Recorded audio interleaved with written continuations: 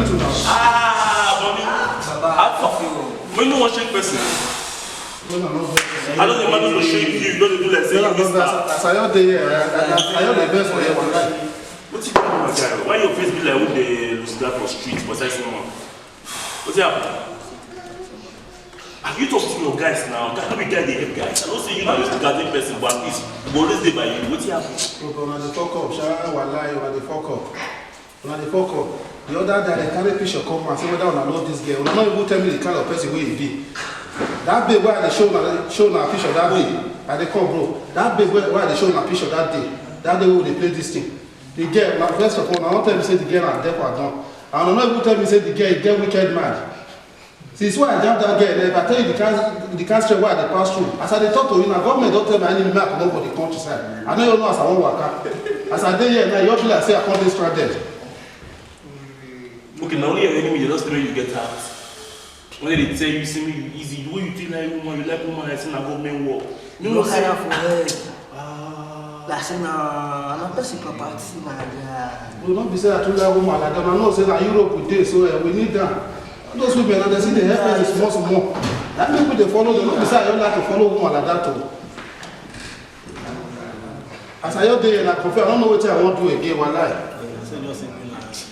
What you want to come to now? I don't know what I want to do. As I tell you, I heard this one there, wallahi. As a person now, since they see me leave the state now, you go, maybe go back to Nigeria. You're from Nigeria, my guy. From Nigeria. Now with your gas now. And also, bro, you go to Nigeria, continue humanizing, you know. Man, go back to that. Now what you want to be that one? Bro, I'm not blaming. I never drink a time. I don't drink a time. when you make days and they carry the pandora, you carry this one, like move, I will tell you, they go. I don't blame you. I mean, I day they drink. Like go. No, calm down. With the money, they don't say they are using. That balance I keep my uncle. Don't do medicine. Not I tell you, I'm not going to. Where that they go? They talk to them, I know they hear war. If I carry that girl, they stay for not pound of food. I don't tell them. Try this girl will be Nigeria girl. Try this girl will give you paper. You know me here. You walk out there and down. You see our Facebook, say man. You just say you love for everywhere go. Say I take girl cool. Me no call the disturb person when they move. You call the disturb person for you. When you come just now, yeah, they laugh. You understand me? So I laugh and say my man, I say man, this guy don't have a chance. Every day I would tell him, can you calm down, calm down, even calm down, Kim. Every day I tell this party, you know the Guy, wait, could you imagine? That this guy just now, you understand me? So that my babe. You know say carry on. love it. No, queen. This guy so when you go and see the talk so You call the date queen. The date I don't call that thing. When you call the date queen, I just call the date queen. Me call the imagine say me. This is not my guy. You understand me? So you think all the provoke me, boss. I not call. When you only do they forgive this man. They forgive diploma do. Diploma do. Not be that diploma as in Do highest one. What's the word about it? Me no call you again, bro. I don't want to see that guy again. When I just see her, I call this friend join. You understand me so now?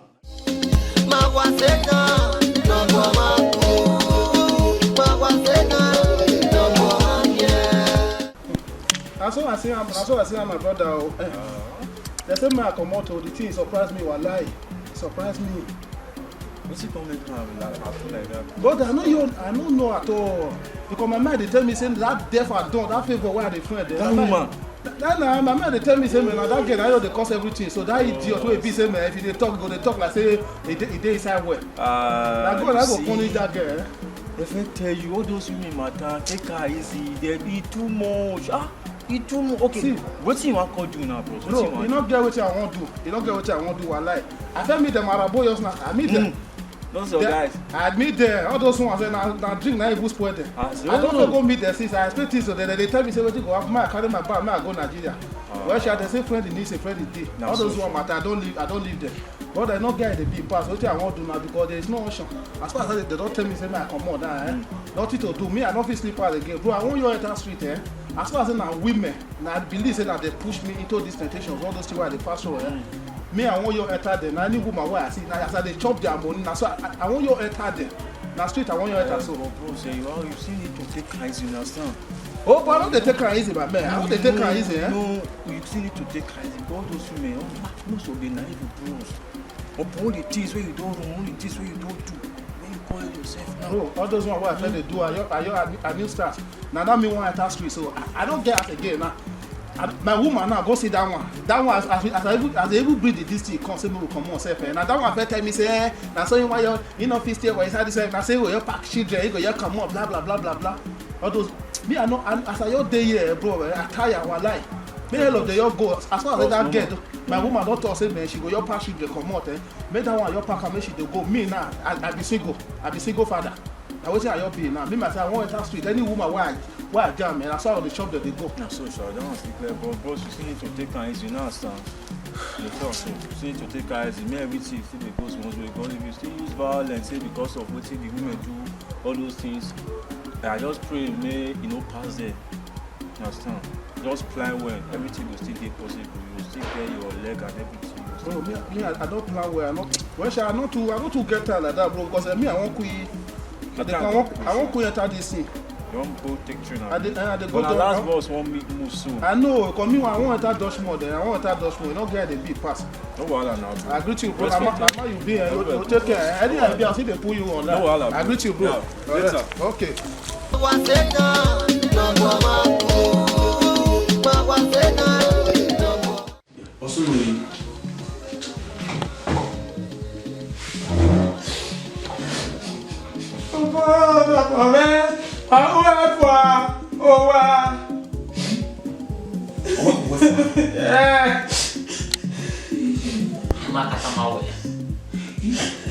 Oh, very well. I mean, also, you know. By what night now? Who come go there on him? Majaji. Now we because a many go after money. Now we marry no yanji. You know to talk one. Now to tell our way. You one no be a wage na what we again. But me go wa boy me go ida na o on wa me. Me go wa be for what. Ipa, mwe open my way and wa be me o se wa ahin. Ono se we na be di me ba mokoko. Ye ti to ge ma we. O we na ite wa we mo e bo ma wo no me me. Nigga, when you can be catamo, yet you are your done on you. Salway, who you may do. Baba, I think I want to be around. Maybe I'll make out a man. Oh, what are you there for?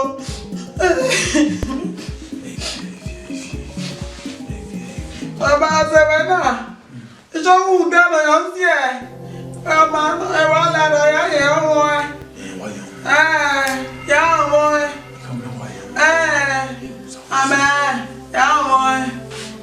Yeah, you want you know, Oh, getting your way. La, to takera. la, Takera. yeah, money now, man. Yeah, we are wow, mira. Oh, I want When we know why Kaboa don't go nowhere, you remember walking. But when I get in your mind, you now be out or win your way. So we're gonna memoir you better than good domo. Or say my way, a relationship in Wawera, my way, I met in a live we have. la, why then? Ah, it's a very young man. La,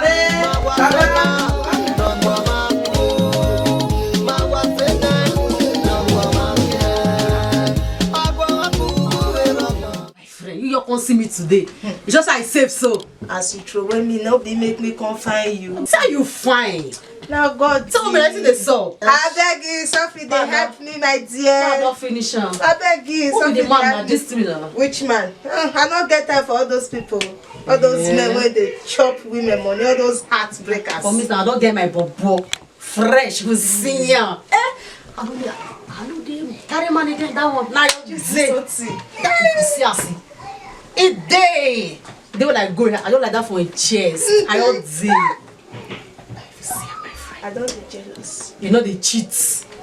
He dey very faithful. That one I no believe you. He dey faithful. Really? Are you serious? I don't feel like give you that on the game. If not those chingom boy, I go tell you say make you follow. But this one, we die together. You dey check that thing say no dey use on the go corner, no dey go short time. For where? This one just fresh.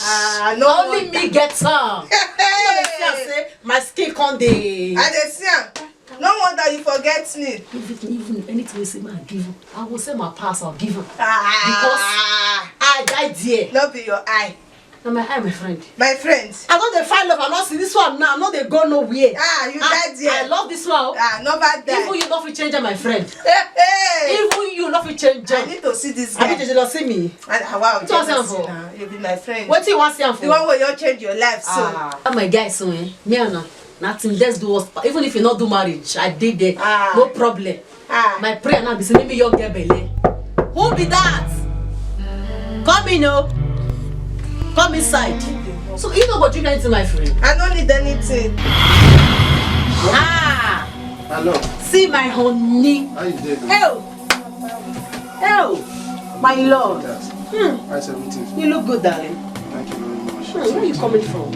I'm just coming for some. Come inside, darling. Babe, what's up now? That's my friend. Nice to meet you. What's the name? What? Eunice. I messaged you by name. Nice This is my darling, my boo-boo, my everything. I don't tell you, see it. Say this man, I love her to the core. I tell you since now, you know now, babe. I know. I didn't know. Sweetie, my. You feel like saying my day busy. Yeah, my friend, don't see why I see her. It's not a runaway friend. Don't see. Yeah, baby, I'm not too disturbed now. You know, saying at that level, I carry me come. But you know, saying that my mommy now. Yeah, sit down, man. No, well, anyhow, even if you send me to sit down for another graph, no, sit down. No, bring her my darling. And you don't drink anything? No, I don't need anything. Thank you very much.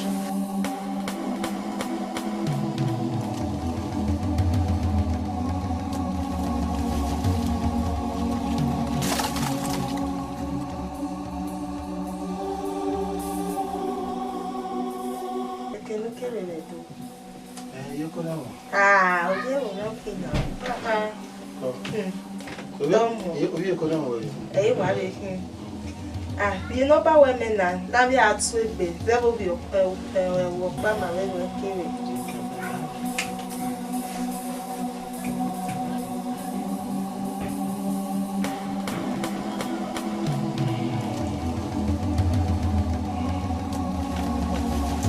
So you want to remember? So that Koyo. Koyo. Wa mosi. Almost as why even is on my car? Evansa. Yeah, I just want to get away. Evansa. Mini never want much there. Where's the water? What they be them? He said,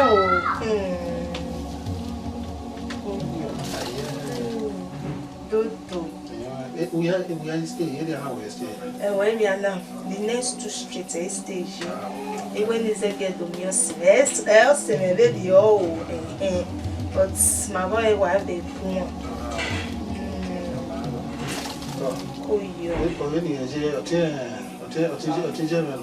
okay, I'll teach you. But the old boyfriend you were okay now. It is top man. Mamma, I tell you, better eat a go. Martin, they watch him back. So, maybe I'm going to point where I'm going to teach him. So, I was in my want to seek a good. So, one man video. I'm going to go upon a very. Excellent, they go out door, but see one like you. Why you go home? I mean, I'm moving carpet. Well, my video. Then Manado was saying, yeah, when he must say, get la woga. But no, was saying, my little young waiting. He may not power me out to where my women now. When you were female, a few weeks, they are many as say. Money. Sweetheart. Are you okay? Your leg. Babe, be like say this shoe, it just dey pain me for leg. I don't For pull and sense now. just tired. I don't think I'm still out to take for Only take you. now. Sweetheart, oh, thank you very much. Me manage Thank you, my love. I love you so much. Me manage me. Okay, but mommy, thank you. Boy, me manage me. Thank you. Boy, complete, yeah? Well, now. I trust you, I believe you. Mommy, thank you. Thank you very much. Thank you. Babe. Okay. Okay, now you take care. All right, boss. Okay, Bella. Take care, okay? Okay, baby. I'll call you now, okay? Okay. No problem. Thank you very much. All right. Okay. The money you give that guy just now. Which kind of black boyfriend be this one now? Now make your face just be like say you match shit. Wait. Now let no one date boy. That's no money now. That's my boyfriend. So if you need money, I'll give her. So baby, not just do and wear. So you know you say what they tell us now? Say na man when I love be that. You carry money. You give. When me ask you, you go give me. You go find your own boyfriend. You go give. I not get. I go find your own. As you see that when I eat and run. No. Now short time. No. How people they discuss my boyfriend self? I need to tell you. Don't tell me. No advise me. I need to advise you. No advise me. As a friend. I'm gonna gossip my boyfriend. No advise me. I don't need them. That boy no good. He good. The boy no good. He dey do me well. Babe. Listen. Hold on. I say make you hold on. Babe. He dey do me well. Babe. Wait. Yes, you better fresh and maybe they fresh. I dey okay. In your way, oh. I dey okay. Only fresh and maybe fresh. I don't complain though. Keep your advice to yourself. My sister. I beg. Even your way, ya do bon. Now you sabi. Imina. I say leave her. Imina, you go sign to you. Me give you my for my headache now. Babe, the way you tell the behave. Why you give that boy money? It's not trouble. Why you go give that money? Since I say take no mass. I go come out. Come out for my house. I go come out for your house. Wait, see. You will carry money. You will find your boyfriend. You know I know. I got my friend now. You dey say I got your money. Not be my money. Now your money. But it's not advisable. Now your boyfriend. Okay, you say I come out for your house, Abi. He dey do me well. He dey do and I well. like him like that. We shall see. Not mass though. The end shall tell. I'm not gonna come ask again though. I don't go come. I'm not gonna come. I beg you. Your progress. Guys. Wait, see. I go come out for your jealousy. You jealous. You know what? Get jealous. It the gossip best in you. Go find your boyfriend.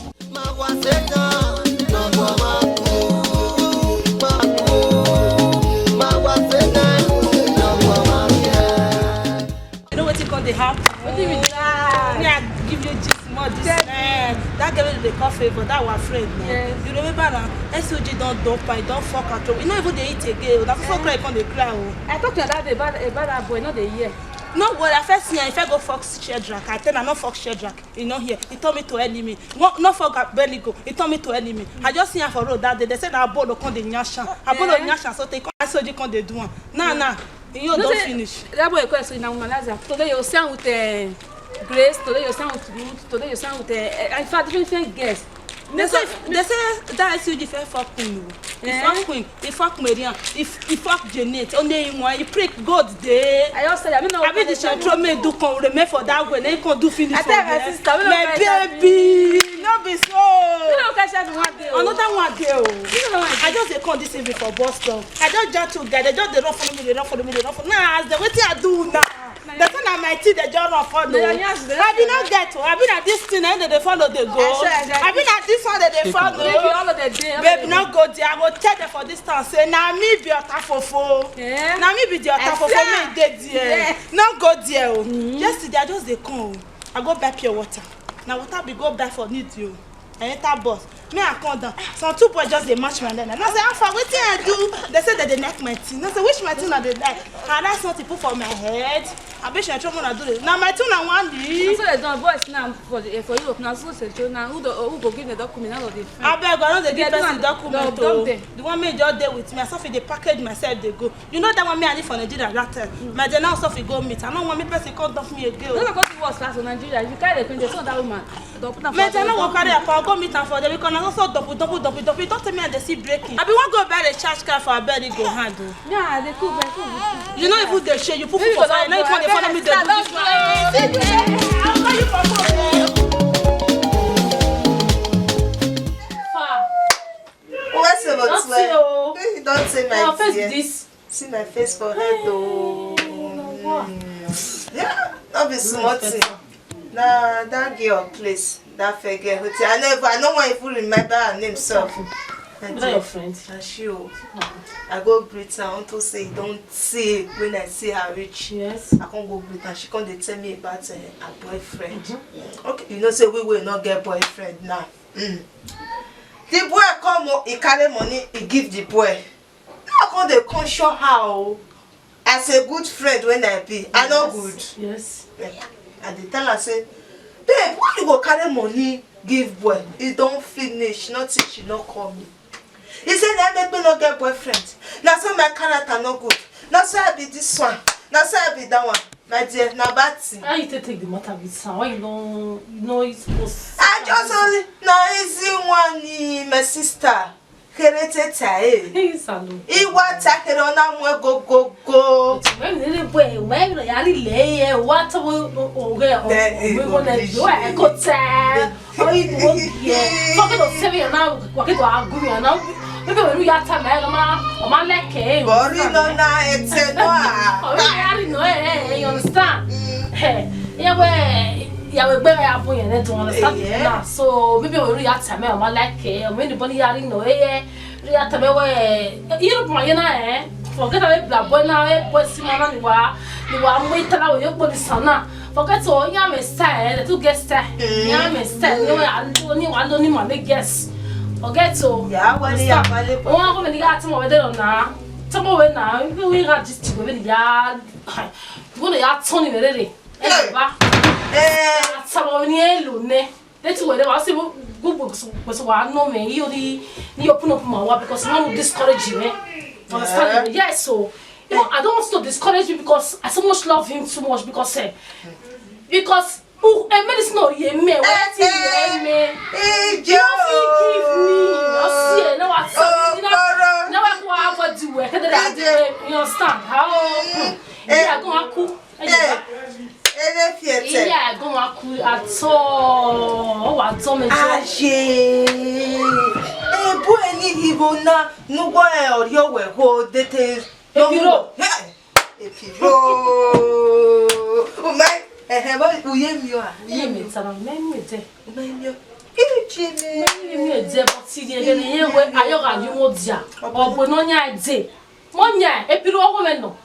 I go and see me, and know him. I go and see me. I cannot really ajo, cannot really age, or Bumedi. What do you say, your boy? Easy, that's all day. I no yari no way. Everywhere I'm going. Exactly. I said some way. You go to that take the matter. Oh, you see when you are only because go because I before that get fenty. And when you go and one lawyer. Understand? Even if one time I will be going to bofente, I mean to go no haya send where put even way at send no pick offense. Understand me because feeling me ye. You want me it could be a film because I did some when now because again here or to major. No. I prefer the many piro. On so major. No me short all complete me as a woman. You me complete me now. No Wala wo wa take easy. Wala wo agbe connect mu. Iwa mu ene wa lo. But e piro iwa sama ewe e kinori reage mo budze. Ayo wa you mo job no nya because you ni ko ni ese do hu. Eti betray me me de oni. Eti se mi eno ya ma ko we. Esunu agbona. Not be this life my friend. I tell you, you know me na you ta fit do. That boy dey you. You know what I fit do. But no, if they come back with this people, come meet me for a year. Anyway, let me go. I just give him a chance, friend. But the thing I tell me now, he go no say kaki, no be letter. Oh, we get one yo. Baby, who is there? I never like what? I just say a party. Sweetie. What are you?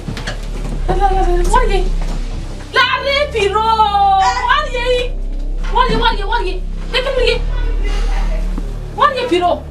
Piro. Obije. Any of what I walk in. Ah.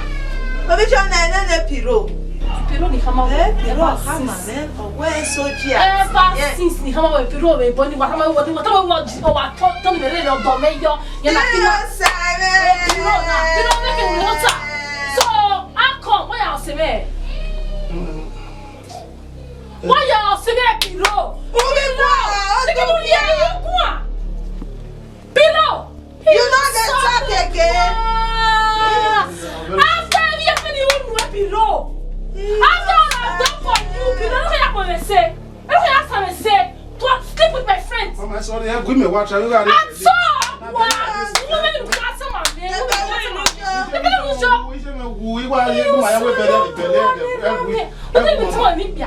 Mama, you don't even tell my way. Mama, we. Yeah, tell me the guy come on. Amata. I'll see what making. Mama, that where? I'll see what making Piro. Piro, I'll see what making. You know what I'm saying? Hey, ma, what I'm walking, Mama. Piro. You saw no one around me, but not you. Una can be. And what it's on no. Amy, I found you. Who did that? Who did that?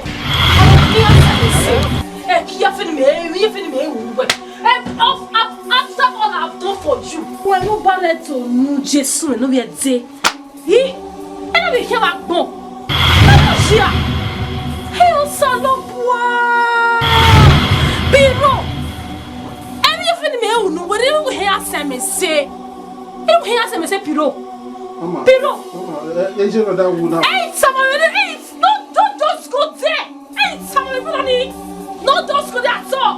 I don't see up there now. I don't see. Oh my God, you're going to tell you that you're going to say. Baby, I feel me, I will wear Piro. And now, here, Simon say. I'm going to soon allow. But what's the way? I'm going to measure that one. It's what? We're going to be happy. We're going to be what? This one will be the gift. Wait. Is this your plan? Wait. To ruin my life? And people that have left me. What did they do for my friend house? Mama knew that. Your mother died. I know. Which your mother died? Oh, I don't understand. Wait. I don't understand. What did they do for now? They ask you. What's the app for you? I can't see. You can't see your mother. Which one? Mama. What's the app? What will this one again? Mama. So because of you now, me and my man will break up. Your man? Wait. I'm not. So yes, somebody is going on here. What's the apple? Mama, you don't see me. What I see me? I don't go peace. You know you peace for you. So direct your because I tell you, say I like her. Direct your name for your head. That you pay circumcision money. Direct your name for your head. What's the guy? Jehovah. That's how you be. Hey, what's how you be? How you be? I introduce. I've been gonna wait. What be this? They say my wait. Oh, shut up! Then you for come. You know how much I spend my body? Oh, Jesus. You know how much that man eats me? Peter! Who built this guest? Peter? What they call you? Who are those? Amanaki Piro. I'm a duru them. Ija! Piro Amanakina! How many them you get? Piro! Piro!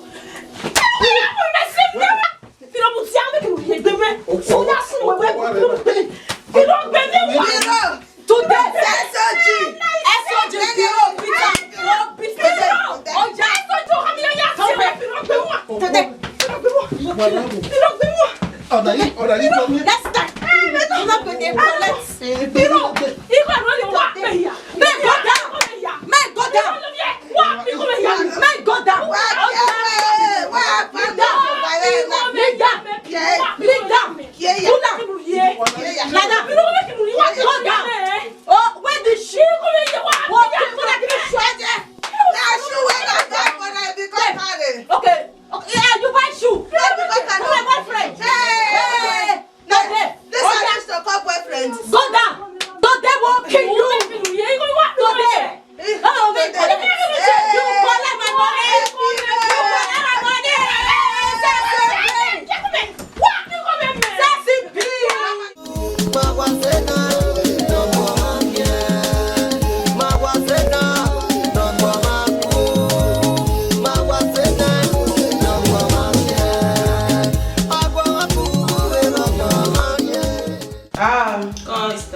era me pa. Ore ba. Okay. Wa ye me kwalo wa kede ade mami o. Iwara na te be o do pa. Odo. Ya duro. Ya ma we. Ni akere. Aduro obi ato wi ehin. Ofo baba iye karo. Ya gbegbe. Iye karo ma karo wa ti ya abolegbe wa. Boka ho ede fiete. Ena fiete ba. Ọ̀pá máa ń mí ọ́ ẹ́. Èmi ló máa gba àti ẹ̀mí fètè. Ok, ẹlẹ́bí ẹ̀tẹ̀. Ok, wẹ́sẹ̀. Ok, wẹ́sẹ̀. Mo máa ń yàwó ọ̀sẹ̀ wẹ̀nẹ́rẹ̀ ni. Ẹnà ìwà ilé náà dọ̀. Ọ̀dà fún ni. Ọ̀dọ̀. Ìyá mú ẹ̀wẹ̀rẹ̀ gbé. Ọ̀bùn ẹ̀dẹ̀. Ọ̀dà fún. Ọ̀bùn ẹ̀dẹ̀ gbé ìmìyà. Iya mwepa ni. Awi yengide. Iya jipote e. Leke no hi. Owa, iya we no ari owa. Ere na o ya mi e. Wori ni ho gbe. Iya we no pa. Eye, were na o ya mi e. Okia le mi wiwa. Ma ke ni amu ahi. O. In Nigeria, iya wa jipote e ari Nigeria kekere. Oka mo ko na. Atebe. Obi elene me ase ma ni iya. O gbe. Hey. O gbe. Iwe na zuwa se. Man, it's what? Oh, you went. You were mana focus or say. Man, my baby, man. God, if I'm not mama there. Hey, mammy, you know, we big. Elian, my yadro. Who bow to we are Balawea. Iguala, we are Iguala. I'm not playing for you. I never. Hey, when we are quite well, I'm a dog of bunny here and not doing here. There are Wallow with the Wallow. Oh, you know, La, I'm a say, oh, you walk on. I know, I'll give me roll. Oh, give me one way. Although, the way you get it. Oh, that's why. Yeah, my piano, don't be running. Oh, yeah, you walk on. La, car. Yeah, what's it done? No